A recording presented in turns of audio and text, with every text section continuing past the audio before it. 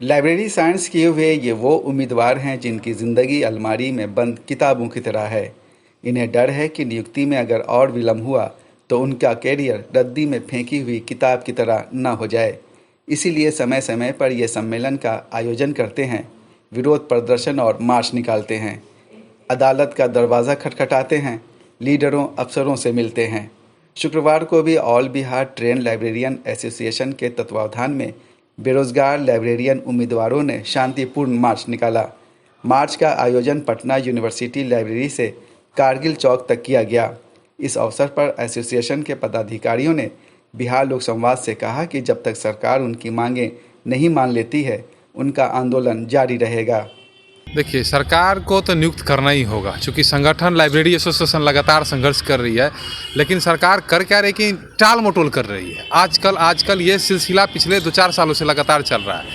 तो अब लगातार हम लोग का भी संघर्ष तेज है और कोशिश करना है कि जितना जल्द हो हम लोग सरकार पे दबाव बनाएं, अपनी माध्यम से सरकार तक विषय को रख सके और लाइब्रेरियन बहाली प्रक्रिया जितना जल्द हो परिणाम सको। इसके लिए हम लोग लगातार प्रयास जारी है और आगे जारी रहेगा। आश्वासन पे आश्वासन हम लोग को मिलते जा रहा है, आश्वासन पे आश्वासन। कभी मतलब थोड़ा सा भी एक कदम भी सरकार बढ़े इसमें तो कहा जाए।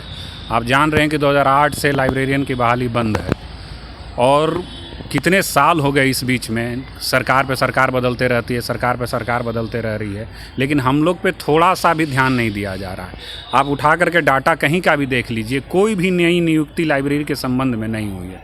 लाइब्रेरी का क्या खस्ता हाल है आपसे छुपा हुआ नहीं है। ना कॉलेज में लाइब्रेरियन की बहाली हो रही है, ना स्कूल में लाइब्रेरियन की बहाली हो रही है। 20,000 से अधिक पद रिक्त हैं। सरकार क्या कर रही है इस पर समझ में नहीं आ रहा है। सरकार कहती है कि हम आएंगे, पहली पेन से पहला साइन जो होगा वो नियुक्ति पे होगा। पेन भोथर हो गया है कि क्या हो गया है, अब तो बताएं इन लोग।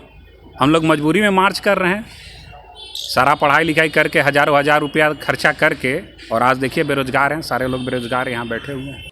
खुदाबख्श लाइब्रेरी के library and information assistant Afroz Alam ने बिहार सरकार की उदासीनता पर सवाल उठाया।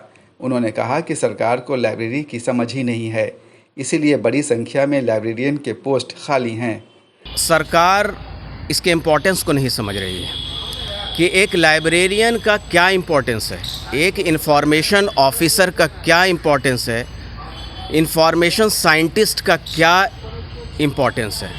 असर इसी चीज़ को नहीं समझ रही है, इसीलिए बहाली निकालने में वो उदासीन है, इसके इम्पोर्टेंस नहीं दे रही है। हालांकि शिक्षक की बहाली निकाल रही है चूँकि उसके इम्पोर्टेंस को समझ रही है, मगर हम लोगों को ये समझना है कि एक लाइब्रेरियन जो होता है वो सारे प्रोफेशनल्स का गाइड होता है। एक साइंटिस्ट है, एक टीचर है, एक प्रोफेसर है, एक इन्वेंटर है। सारे लोगों को वो रिसर्च करने में गाइड करता है। और एक लाइब्रेरियन जो अपने इन्फॉर्मेशन सूचनाओं को संग्रह करके रखता है, इसी वजह से उस सूचनाओं को, उस इन्फॉर्मेशन को रिट्राइव करके एक रिसर्चर वो क्या करता है, अपने शोध को पूरा करता है। और जब शोध उसके पूरा हो जाते हैं, उसके रिसर्च पूरा हो जाते हैं, तो उसी के परिणाम होते हैं इन्वेंशन। जब कोई इन्वेंशन करता है तो देश का विकास होता है। नीतीश और तेजस्वी की सरकार ने इन दिनों नौकरियों का पिटारा खोला है। देखना है ट्रेन लाइब्रेरियन का नंबर कब आता है।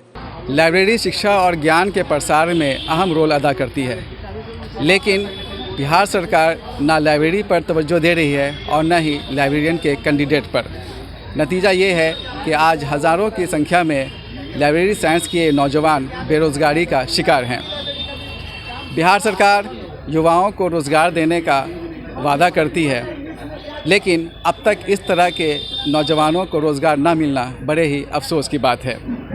अगर बिहार सरकार शिक्षा का प्रसार करना चाहती है तो उसे न सिर्फ लाइब्रेरी की बदहाली को दूर करना पड़ेगा, बल्कि लाइब्रेरी साइंस किए हुए युवाओं को रोज़गार भी देना होगा।